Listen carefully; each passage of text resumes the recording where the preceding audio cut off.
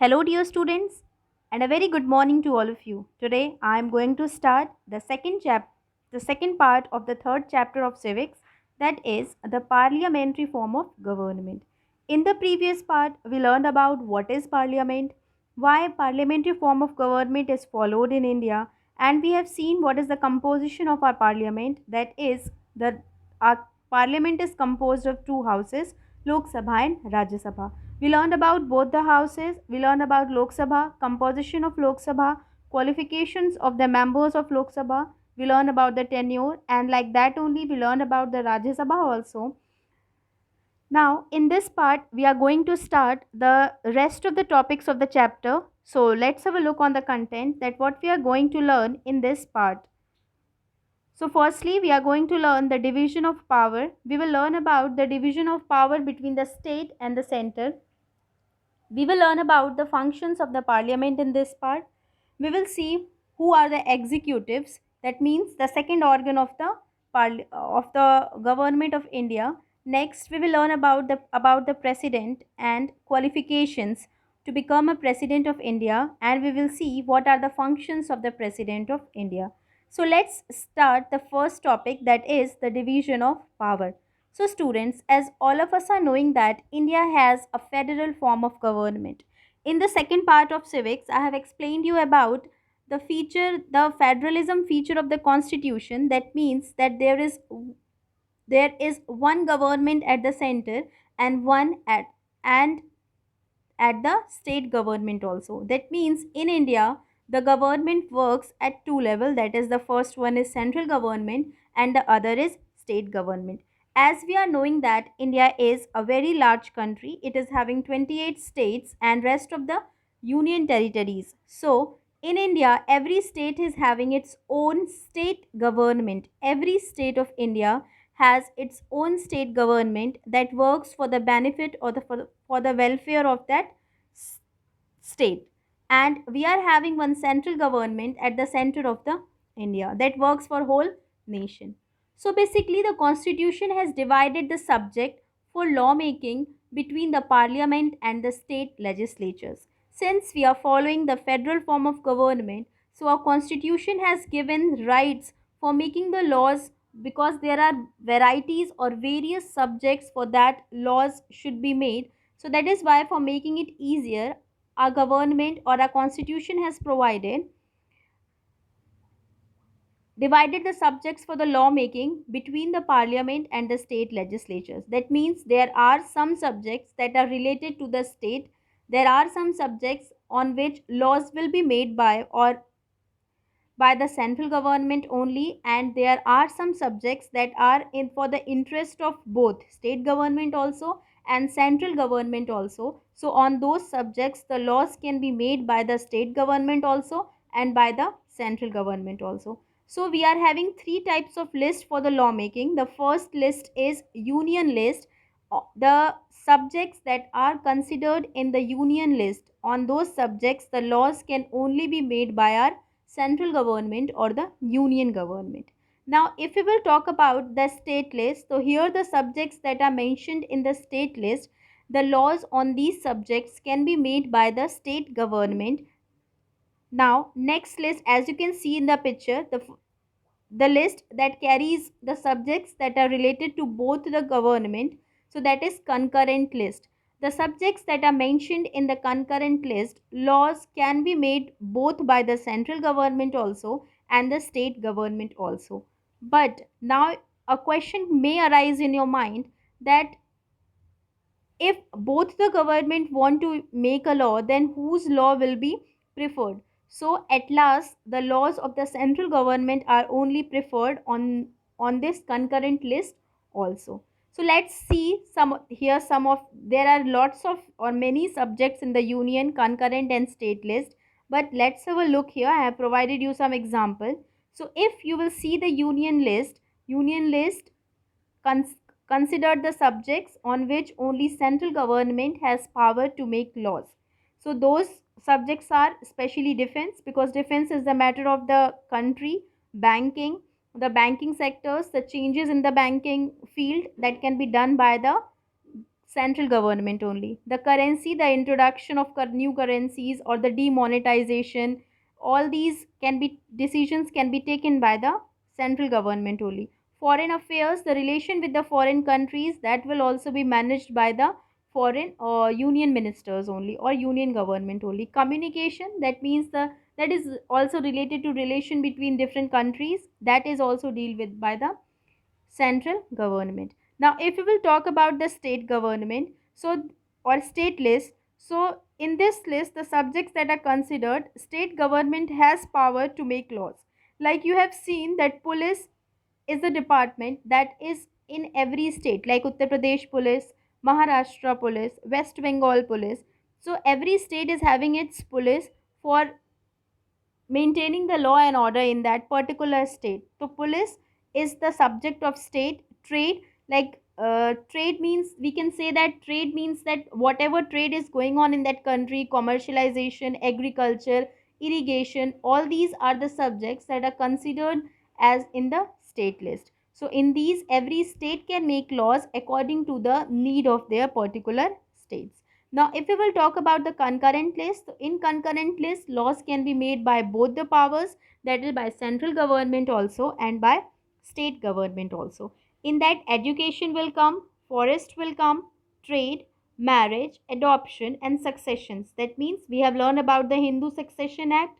So all these things. So basically, education is the importance, very important subject that can be deal with central also and state government also. You can take example that we are having CBSE board. So CBSE board is a board that is or organized, or we can say that is administered by a central government. CBSE board is the central board.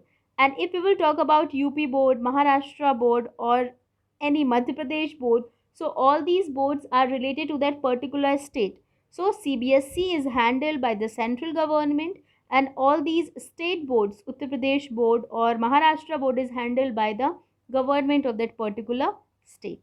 So these three lists we have discussed, that is union list, concurrent list, and state list. Now there is one more list that is known as the residuary list. As you are knowing the meaning of the residuary, the leftover. Leftover means now after the framing of the constitution, there are many subjects or there are many topics or objects that are introduced after the construction of the after the framing of our constitution. So in the residuary list, those subjects are mentioned that are left over or that are newly introduced in our country. Like if we will talk about the IT sector, information technology was not at the time when constitution was framing. So that is why these subjects are considered in the residuary list. Let's have a look what is residuary list. Residual subjects, that means the subjects that are left over. Residual subjects are subjects that have come up after the constitution was made. Next is, this include subjects like information technology, space technology, internet, dual citizenship, etc. And many more topics are there that are related to this residuary list. Now the question arises that who is responsible for making the laws for the residuary list. So here is the solution. For residuary subjects like these, the constitution has given the power to central government to take decisions on these topics. So who make laws on the subjects listed in the residuary list? So who is responsible? According to our constitution, our central government is responsible for making laws on these subject also. So central government is responsible for making the laws on the subjects that is mentioned in the union list, that is mentioned in the concurrent list, and that is mentioned in here in the residuary list also. Now let's have a look. We will see that what are the functions of our parliament. Okay, so in this part we are going to learn the functions of the parliament. Our parliament performs various functions. So let's have a look on the functions of the parliament. First function is the legislative function. As we are knowing that parliament is the legislative body of Indian government, so that is why its main function is the legislative function. Next is the financial function. Our parliament also performs financial function, debate or to control over the discussions that is going on in the parliament. Constituent function is also there. Control of the executive. Our parliament, we have learned why we are having parliamentary form of government, so that our executives do not become the dictator. That is why we are having parliamentary form of government, to control our executives. Now we will see electoral functions. That means parliament is having the power to elect.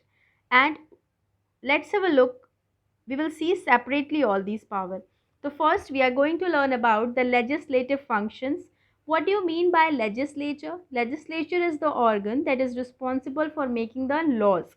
So our parliament is responsible for making laws for the country. So the parliament makes laws for the country. Next we will see all the laws are introduced as bills in the parliament. In class 7th also we have learned about the bills. Like, bills are introduced when any change, or we can say that when new law should be, a parliament was is deciding to introduce any new law or to amend any law, or anything that is necessary for the country. So for that they introduce a bill in the form of draft. Okay, so firstly all laws are introduced as bills, and after that when they become act, that I will explain you the process of bill later on in this part only. Okay, so all the laws are introduced as bills in the parliament. So in both the houses, okay, bills can be introduced in the Lok Sabha also and in the Rajya Sabha also. And when these house approves the bill, then it becomes a law. The parliament make laws for the union list, the concurrent list, and the residuary list, as I have explained you. Now let's have a look how a bill become an act. So it goes through various readings. The first reading, you have already learned about this in class 7, that how a bill become an act. The second reading, first reading is the introduction stage, in which the title of the bill has was announced. Or second reading, or this is being decided that what type of bill it is. It is ordinary bill, money bill, okay, or any constitution bill. Second reading, that is the discussion stage. All the discussions or debate is going on related to the bill. Third reading is the voting stage. Now voting procedure is goes on, according to which the bill become an act only when the, or we can say that the bill can pass to the president only when it gets the majority of vote in either of the houses, okay, or both the houses. President's assent, we have learned this also in the state legislature. Until or unless the governor of the state do not sign on the any bill, it do not become any act. So last is the assent of the president. When the president signs over the bill, it becomes an act or the law. Now let's, as I have explained you, there are three kinds of bill. The first is the money bill, the second is the ordinary bill, and the third is the constituent bill. So let's have a look on the types of bill. So what is a money bill? The bill that deals with the financial procedures, or that is known as the money bill.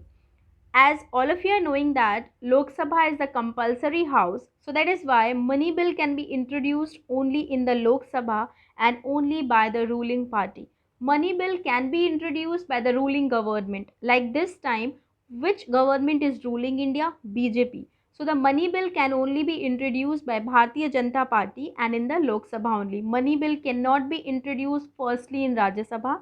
Money bill can be introduced in the Lok Sabha only. Lok Sabha is more powerful on the issue of money bill. Now, who certify it as a money bill? The Speaker of the Lok Sabha. All these makes the objective questions. Like, the question arises, who introduced the money bill in, or who introduced the money bill? Okay, so ruling party. Where the money bill is introduced? In the Lok Sabha. Or we can say that who is more powerful on the issue of money bill? Your answer will be Lok Sabha. Or we can say who decides the bill is money bill? Speaker of Lok Sabha. After three readings of the Lok Sabha, the bill is sent to Rajya Sabha. And when the Lok Sabha discussed or debate that money bill, it sent to the Rajya Sabha. The Rajya Sabha can only make suggestions in the money bill. Rajya Sabha is not having any right to make any changes in the money bill. Now let's talk about the ordinary bill, that is related to any rule or regulations in the country, that is related to the ordinary bill.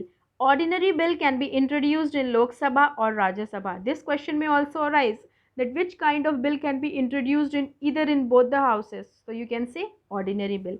Once the bill is passed in one house, after their reading, it goes to the other house. So if the bill is passed, if the bill is introduced firstly in the Rajya Sabha, so after the readings of the Rajya Sabha, it will be sent to the Lok Sabha. And if the bill is introduced in the Lok Sabha, so after the reading of the Lok Sabha, it will send to the Rajya Sabha.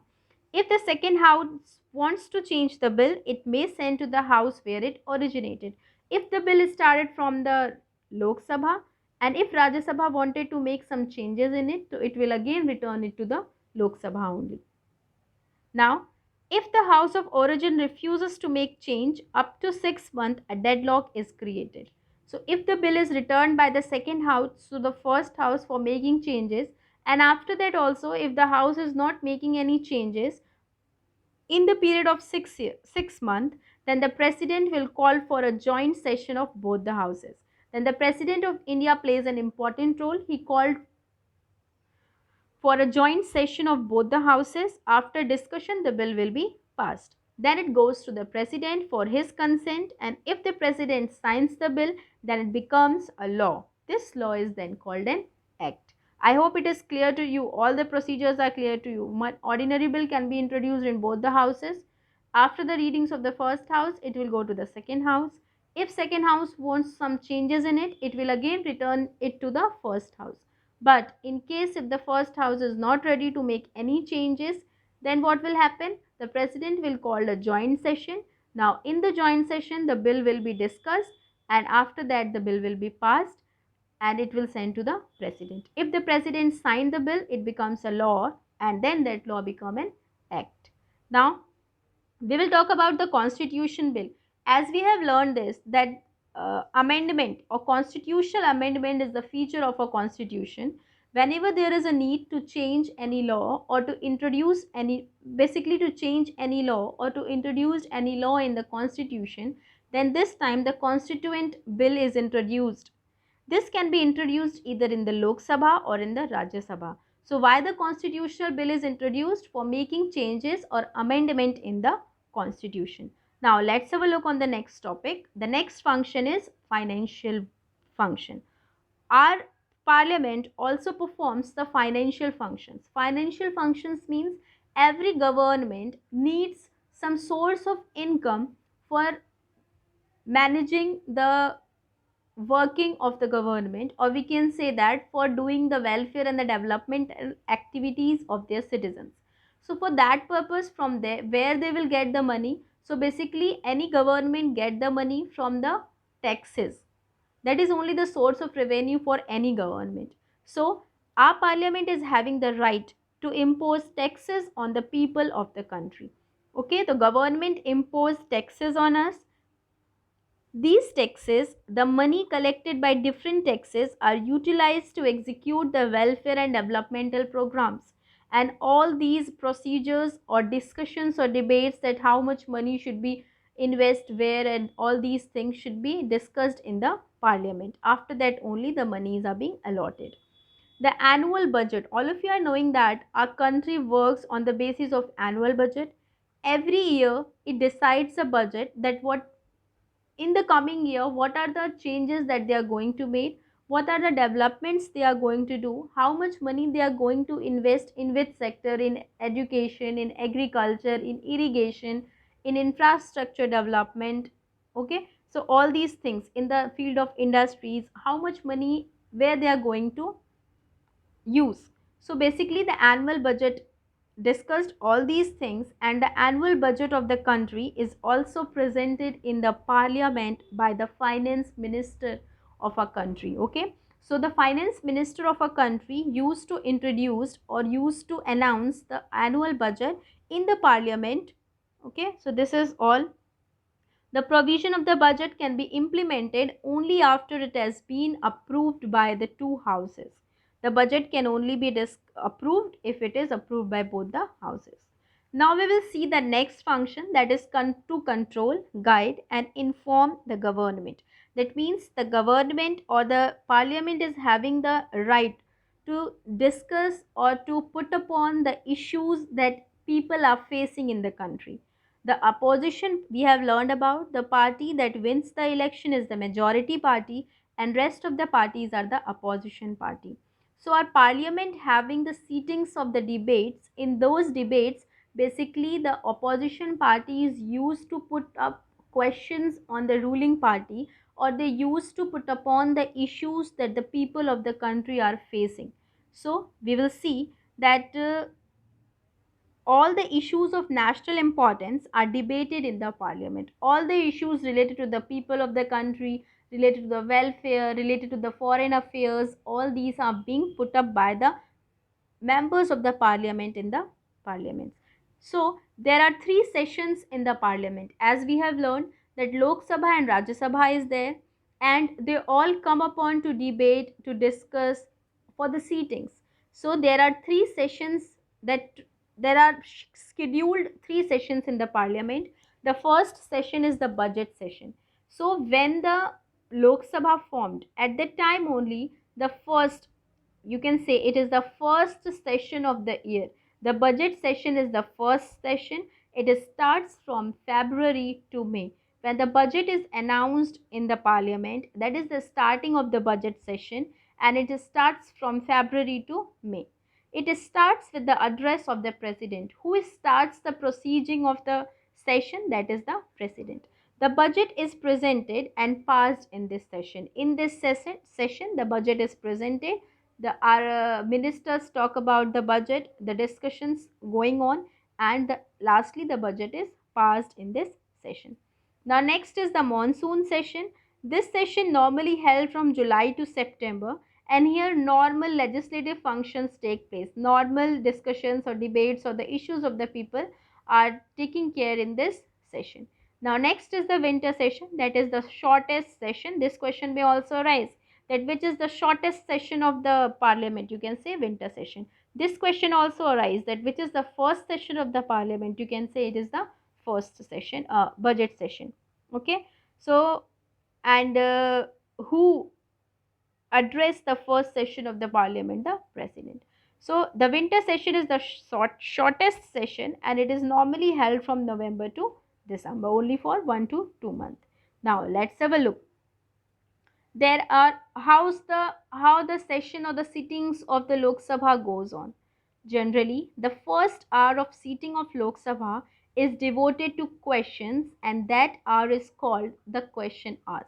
Whenever the Lok Sabha or the members of the Lok Sabha come to meet, okay, so the first hour is devoted for the question, so the opposition can put up the question. It has a special significance in the proceedings of the parliament, and after those questions everyone has to answer those questions. And after this 1 hour, the next hour is known as the 0 hour. MPs of parliament are free to ask questions to ministers of the government to get information on public concern matters. The period after question hours and before the beginning of rest of the day's work is 0 hour. That means in the starting, we can see here. So which type of questions are asked? Question is an important parliamentary device. The opposition asks questions to the ruling party. Okay, device available to the MPs to seek information from the government on an issue of public. The issues that are being faced by the people of the country. The opposition or the MP belongs to that particular region used to ask questions to the government, that yes, why these issues are not taken care by the government, or what they are planning to do. Now, as you can see, this is the first sitting of the Lok Sabha, and as per Rule 32, the first hour of every sitting, first hour, okay, of the Lok Sabha is usually the question hour. During this hour, the members ask questions and the concerned ministers answer these questions. That means the opposition will ask the question, and the ministers, like if the question is related to financial matter, the finance minister will answer. If the question is related to agriculture minister, the agriculture minister will answer. So basically the question hour, you can say, is usually taken up between 11 a.m. and 12 p.m. of every day of seating. When the seatings goes on, then the question hour is taken between 11 to 12 p.m. Okay. Now the next function is constituent function. In this function, Our parliament is vested with the power to amend the constitution. Our constitution is having the power, sorry, our parliament is having the power that it can make some changes in the constitution. So basically, it can add new provisions also, or it can change the existing laws also according to the needs of the people. All amendments are valid only after they have been approved by both the houses. Amendments are also like the bill, like we have seen constituent bill. So after the constituent bill is passed, then only the amendment is approved. Okay. Now the next function is the judicial function. Our parliament also performs the judicial function, and let's have a look what is in judicial function. So in the judicial function, our parliament is vested with some of the powers. The first power is it can impeach the president for the violation of the constitution. If our president is found violating the constitution, then our parliament is having the right to impeach that president. Impeach means to remove that president. It can remove the vice president also from his office. And if the vice president is also found not doing his work properly, then he should or he could also be removed by the process of impeachment. Or we can say that he can also be removed by the constitution, by the parliament. It can recommend the removal of judges, including the Chief Justice of Supreme Court and High Court election commissioner. Our parliament can is having the power to remove the or to follow up the process of impeachment for the president. It can also remove the vice president, and it can recommend the removal of the judges, even the chief judges or chief justice of Supreme Court and the High Court also. Our parliament is also having the right to remove the election commissioners. As we have learned in class 7th, who are election commissioners? Election commissioners are the head of the election commission that is responsible for conducting free and fair election in a country. Now, electoral function. Electoral function means the right to elect. So our parliament is also having some rights to elect. Let's have a look what are those rights. The parliament participates in the election of president and vice president. The parliament participates in the election of president and vice president. It means that vice president and presidents are not elected directly by the people of the country. They are elected by the members of the parliament. Like we used to choose our prime minister by the Lok Sabha election, but this president and vice president are elected indirectly. That means they are elected by the member of the parliament. So our parliament is having the right to participate in the election of president and vice president. We have learned the one house of the parliament, that is Lok Sabha. They elect the speaker and deputy speaker of the Lok Sabha, and the Rajya Sabha, the member of the Rajya Sabha are also having the right to elect their deputy chairman. They do not elect their chairman because the chairman is the ex officio. You have learned about the chairman of Rajya Sabha is the vice president of India only. So once they choose the vice president, he only becomes the chairman of Rajya Sabha. So basically, the members of the Rajya Sabha are having the right to choose the deputy chairman because they have already choose the chairman in the form of vice president. Okay. Now we will see they are also having the right to control the executive. Now who are the executives? The executives are basically, that is only executives are council of ministers, our prime minister or the president. So that we have seen that how the parliament can remove the president by the process of impeachment. In this we will see the parliament keeps a check on the powers of the government. This we have already learned that why we are having the parliamentary form of government, to keep a check on the executive so that the executives do not become the dictator. All the policies of the government have to be approved by it. Whatever policies or the laws or the act that are being introduced by the ruling government, that are approved by the parliament only. The parliament can also pass no confidence motion. Now, what is no confidence motion?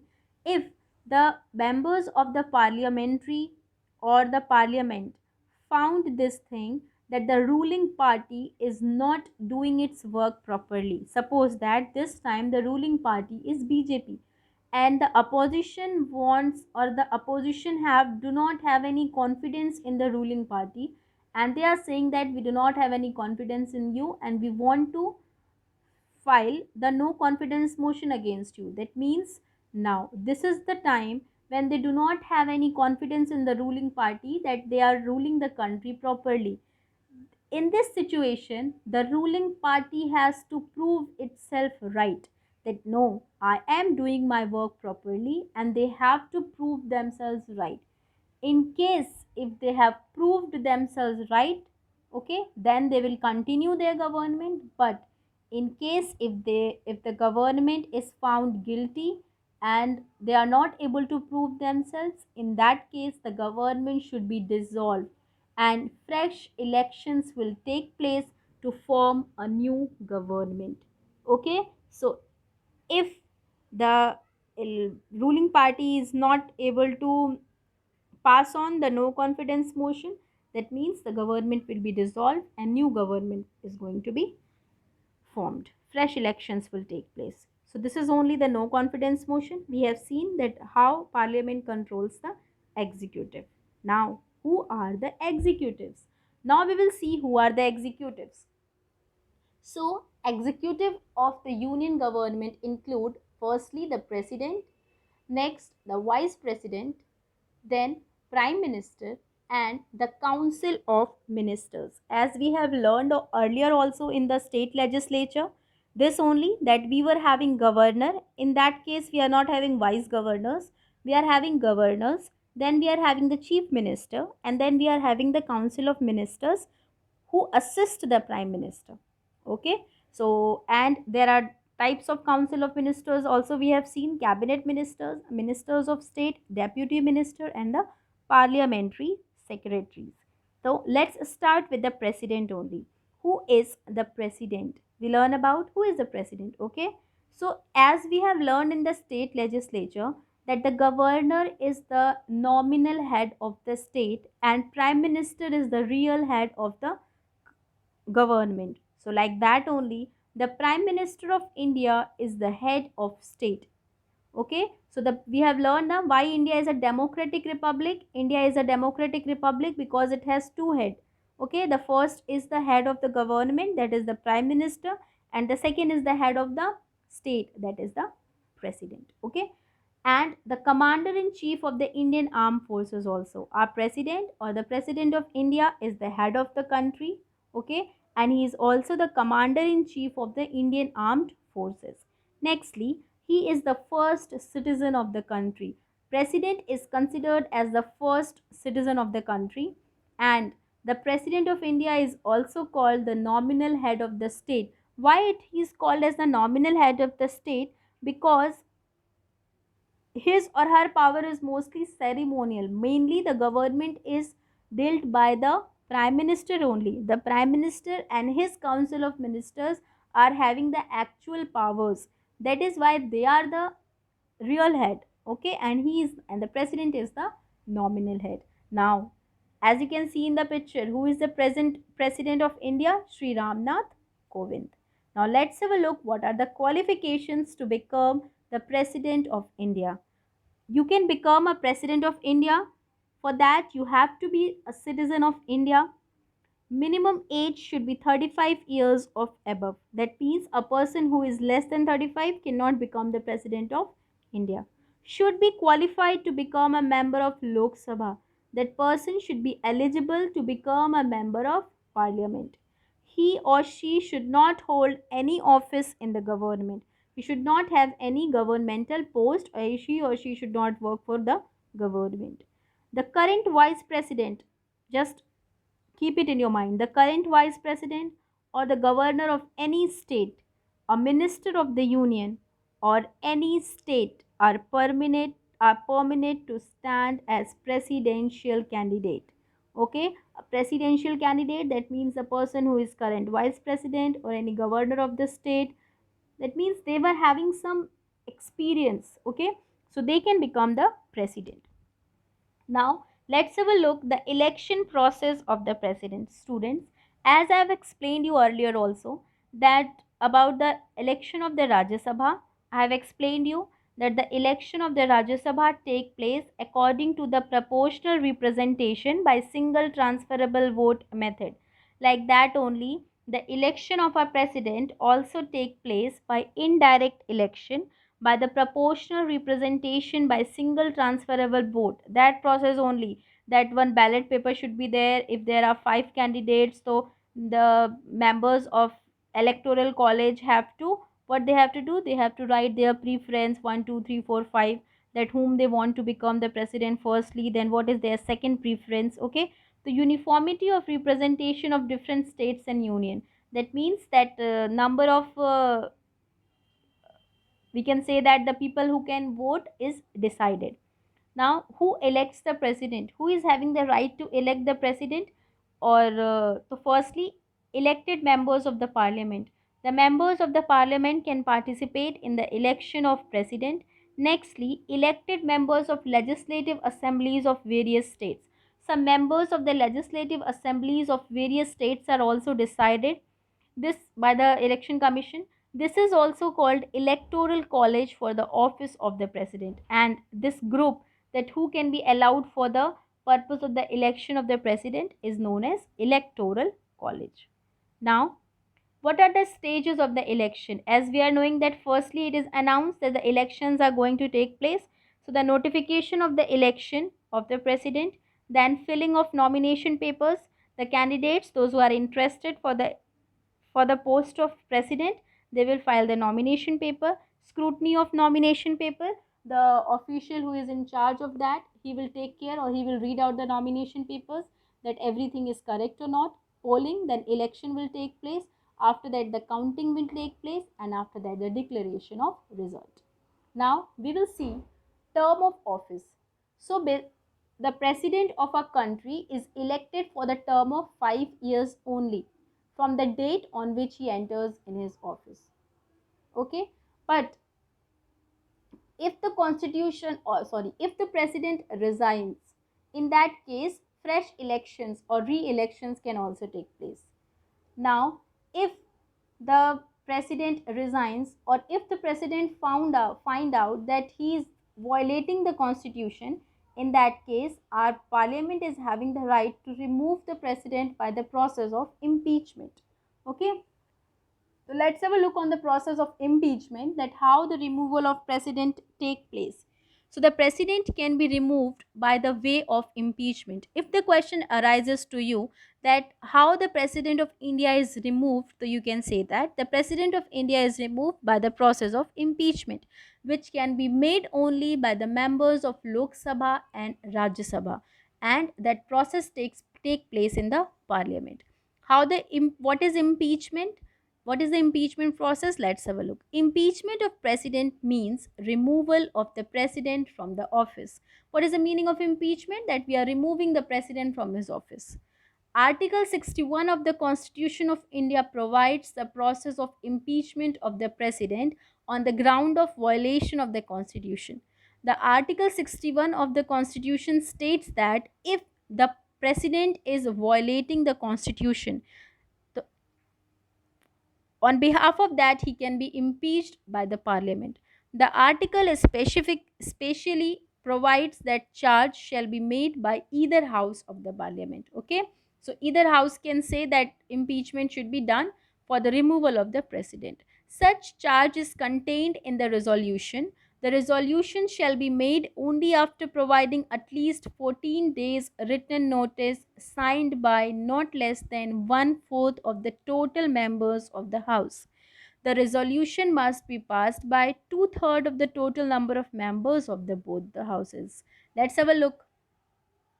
So basically, firstly, what happened, that impeachment process is introduced in any of the house. Okay, firstly the notice is sent to the president, and if one fourth member of any house is ready, so they can send the impeachment notice to the president.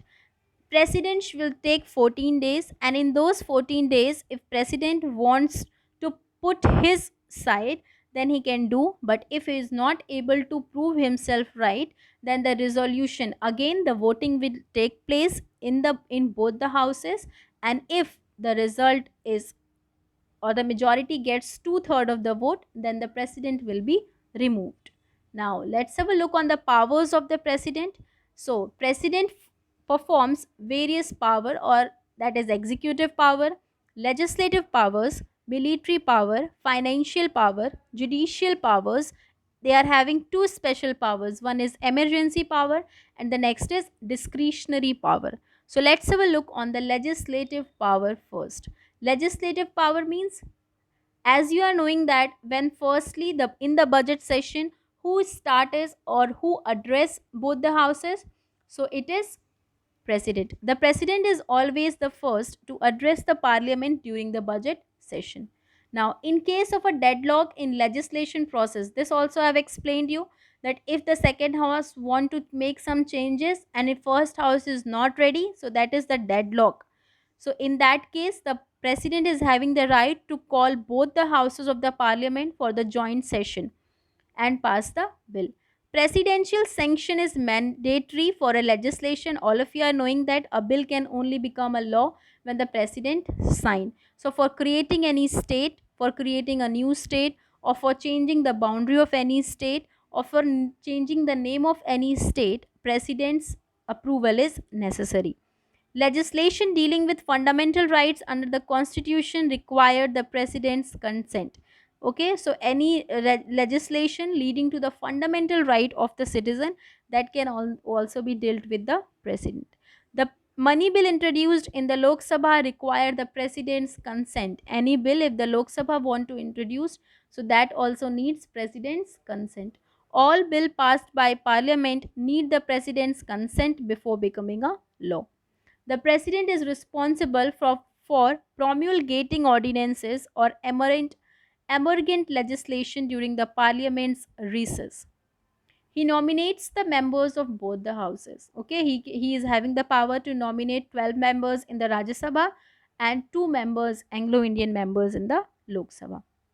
Now let's have a look on the executive power. So firstly, the executive power is a right to be informed of all the nation's affairs. Whatever is going on in the nation, president is having the right that the ruling government should inform the president first. Powers to appoint and remove high constitutional authorities. Our government is having the power to remove the prime minister also, to remove the council of minister also. He is having the power of appointment also. He can appoint the Supreme Court judges, that means the chief justices or the judges of Supreme Court and High Court. The state of governors are also appointed by the president. This we have learned, that the presidents are appointed by the governors, are appointed by the president. The attorney general is also appointed by the president. The comptroller and auditor, that is CAG general, that he or she is also appointed by the president. Chief commissioner or the election commissioners are also appointed by the president. So our president is also having the right of appointment, and he can also remove the constitutional authorities. He can also dissolve the ruling government. Now, what are his financial powers? No money bill can be presented in the Lok Sabha without the president's prior permission. Without the permission of the president, no money bill can be introduced. Okay, so the budget of the central government can only be introduced if the president is available in the house. He only appoint the finance commission after 5 years or earlier of there arises such a need. If there is any need to appoint a finance commission that deals with the financial matters, so he can appoint. That means he is also having the power to appoint some committees for the ruling government. He distributes the shares of the income tax between the union and the state government. The government, or sorry, the president is having the power to divide the income tax between the both the government, state and center also. All the powers of the president are however exercised by him only in the advice of the cabinet. That means all the power he can exercise with the advice of prime minister and his council of ministers. Now his next power is, as we are knowing that our president is the supreme commander of the Indian armed forces, so he is having the power to appoint all the officers, all the higher rank officers, including the chiefs of all the three forces, that is The country declares wars in the name of president. If a country wants to declare, then he can declare war on the name of president only, because president is the supreme commander. The country also conclude peace in the name of president. Any peace treaty with any country can also be signed with the help of president. Now, judicial power. Our president is also having judicial power. That means he rectifies judicial errors if there is any problem, or if there is any change in the rules related to that any crime, that can be done by the president. Our president is also having the power to grant pardons. Okay, pardon means to release any prisoner, or we can say that किसी की सजा माफ कर देना. And reprieves from punishment. He is having the power to reduce anyone's punishment and to increase anyone's punishment. The president can also seek the opinion of the Supreme Court on legal and constitutional matters. And if the president needs the advice of the Supreme Court, he can also take on the matters that are related to national and individual people's interest. Now we will see the next power, that is emergency power. So you can see the president can declare three type of emergencies. He can declare three type of emergency: the national emergency, the state emergency, and the financial emergency, according to the article 352, 356, and 360. He is also having the right to issue a law that is known as ordinance, according to the article 123. When there is no ruling government in the center, at that time, if the country needs any law or rule, then the president is having the right to issue the rule or the law. That law is only known as ordinance. Okay, so ordinance can only be issued if in the absence of the central government. So during any national emergency which puts the country's security at peril, either from external aggression, maybe any country's external aggression is there, or armed rebellion within, or any armed rebellion as people started, or the community, religious communities started fighting, the president has the power to declare a state of emergency. The president rule is established in the state. If the president declare emergency, in that at that time presidential rule started in the country. No Lok Sabha or no BJP or no ruling party can govern. However, such emergencies has to be recommended by the Prime Minister and the Cabinet. The President can declare a state emergency based on political emergency due to constitutional or law and order breakdown. If any ruling government is breaking up the law and there is a need to check that the power of the ruling government, in that case the President is having the right to dissolve the government. Until then the government is dissolved, the president is having the right to rule. That means the president rule is started in that state. The governor's rule is then established in the state. If in the case of state, governor rule will start. The president has the power to intervene when the financial stability of the country or any state is seriously affected. Okay, so if the state is not financially good or not stable, in that case also the president can intervene. So overall president is having more power. Now, the last is discretionary powers. Now, our president is provided with some special powers. Let's have a look on what are those special power. Appointment of prime minister in a situation of hung parliament, that is where no single party commands a clear majority of the Lok Sabha members. If during the election no single party is able to gain majority of votes and there is problem going on in the in forming the coalition government also, that means there is a hung parliament. The parliament is, we can block at that time. So in that situation the president is having the right to appoint the PM also, whoever he find that he can become a good leader of the country. So in that situation he is having the right to appoint the PM of the country. He can also appoint PM in the cases of sudden death of prime minister. If a prime minister died suddenly, so he can also appoint the PM. And in case if the ruling legislative party is unable to meet immediately to elect a leader. When the ruling party who has lost majority during the no confidence motion also, when the ruling party lost his majority during that time also, the president is having the right to control the country. President can dismiss minister in case of council of ministers loses the confidence of the house but refuses to resign. When the prime minister resigns, his council of ministers should also resign. But in case the council of ministers are not ready to resign, in that case president is having the right to dismiss that ministers. I hope this chapter is, or this part is clear to you. This is all explanation. I have explained the functions of the parliament also, and the functions of the president also. Now as you can see in the picture, this is the Rashtrapati Bhavan. So here this is the residential house of the president of India. And this is all for today. Thank you, students.